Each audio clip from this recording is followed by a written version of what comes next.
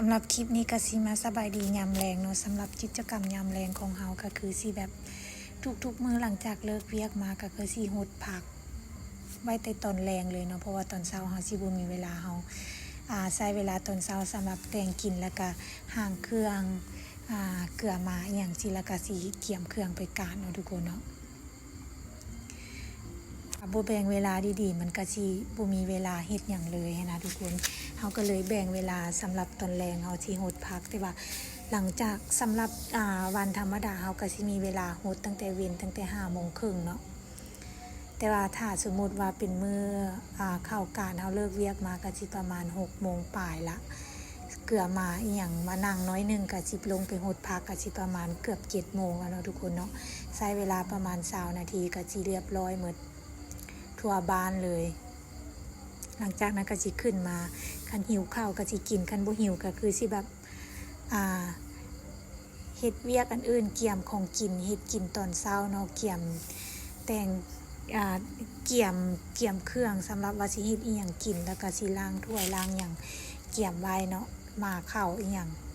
ไปเรียบร้อยหลังจากนั้นก็สิมาเฮ็ดคลิปเฮ็ดหยังแล้วก็สิมาลิ้นน้ำหมาประมาณนั้นแหละทุกคนอันนี้คือกิจกรรมยามแรงทุกๆมื้อเลยจะเป็นประมาณนี้แต่ว่าเฮาสิบ่หดผักตอนเช้าเฮาสิบ่มีเวลาเฮาสิเอาเวลาตอนเช้านะไปแต่งกินแล้วก็เฮ็ดอย่างอื่นเนาะเพราะว่าต้องแบ่งเวลาให้ชัดเจนถ้าสมมุติว่าเฮาหดผักครั้งตอนเช้าตอนแรงสิเฮาสิบ่มีเวลาเฮ็ดหยังเลยทุกคนเฮาต้องจัดสรรเวลาให้ดีเนาะเพราะว่าเฮาเป็นคนออกไปเฮ็ดเวียกนอกบ้านนะมันก็สิใช้เวลาประมาณนี้เพราะว่ามันก็มีแม่อยู่พุ่นน่ะต้องได้แต่งกินนึ่งข้าวหุงข้าวเนาะต้องได้นึ่งข้าวแล้วก็หุงข้าวเฮ็ดทั้ง2อย่างสำหรับแต่งกินเฮาก็สิมีดั่งเตาไฟนำเนาะทุกคนเนาะเพราะว่าไฟอยู่นี่มันไฟเฟส2แล้วมันไฟอ่อนเวลาเฮาเฮ็ดใส่หม้อปิ้งหรือว่าใส่หม้อไฟฟ้ามันสิบ่แห้งนะเฮาใส่แต่นึ่งข้าวสำหรับแต่งกินเฮาสิใช้เตาถ่านทั้งหมดเลยกับหุงข้าวดอกหั่นเนาะสำหรับไฟฟ้าเนาะทุกคนเนาะสมมุติว่ามื้อใดบ่ไฟบ่มาเฮาก็สินึ่งข้าวอยู่เตาถ่านนั่นแหละเพราะว่าเฮาก็สิดังเพราะว่าเฮาก็เกี่ยมถ่านเกี่ยมหยังไว้สำหรับยามฝนนี่เฮาก็สิฟืนที่ตัดไว้มันก็เริ่มหมดแล้วเนาะเฮาก็สิซื้อถ่านมาไว้จัก2เป่าสำหรับหน้าฝนนะแต่ว่าอยู่นี่นะมันมีสวนข้างมักทั่วแล้วข้างมักทั่วมันหักมันเอียงนะก็สิเอาไม้นั้นมาอ้อยไฟนะเฮาก็สิบ่ได้ซื้อไม้อ้อยไฟมันก็สิดังง่ายเนาะทุกคนเนาะแต่สำหรับยามฝนก็บ่ฮู้ว่ามันสิง่ายขนาดใดแต่ว่าฟืนอยู่นี่จะบ่ค่อยอึดปานใดเว้ยหมายถึงว่าบ่แม่นฟืนดังไฟได้ทุกคนถ้าเก็บเอามันก็ได้นั่นแหละแต่ว่าเฮาก็สิบ่ได้เก็บนะบ่มีเวลาขนาดนั้นก็สิเอาพวกไม้ข้างบักทั่วอีหยังนะมันเป็นไม้บางๆไม้พางไม้หยังนะมาไว้ดังเนาะมันก็ดังง่ายอ้อยง่ายนะ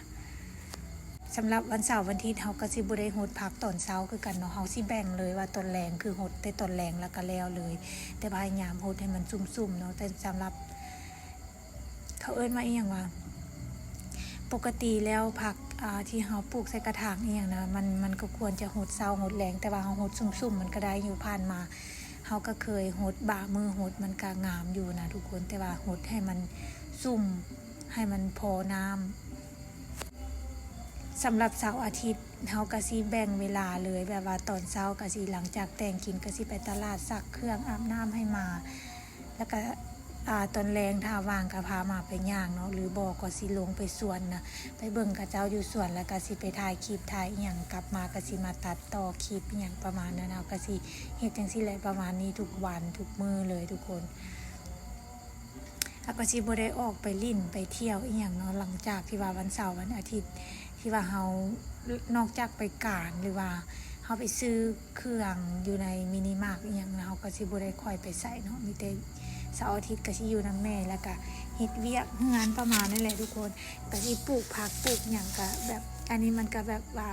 ถ้าไผมักนะมันก็จังเฮ็ดได้เนาะถ้าไผบ่มักไผมักออกไปเที่ยวไปนั่นไปนี่นะมีกิจกรรมอื่นมันก็สิบ่เหมาะปานใดเนาะสำหรับพวกที่มักปลูกนะอันนี้เฮาต้องใช้เวลาอันนี้มันต้องใจมักอีหลีเนาะมันต้องเฮ็ดได้เนาะทุกคนเนาะเพราะว่าเฮาอยู่แล้วเฮาก็มีความสุขอันนี้บ่ค่อยมักออกไปนอกปานใดเพราะว่าผ่านมาเฮาออกไปก็หลายเพียงพอแล้วเนาะสำหรับตัวเองนะ สำหรับคลิปนี้ก็สิมีเท่านี้ละเด้อทุกคนบ๊ายบาย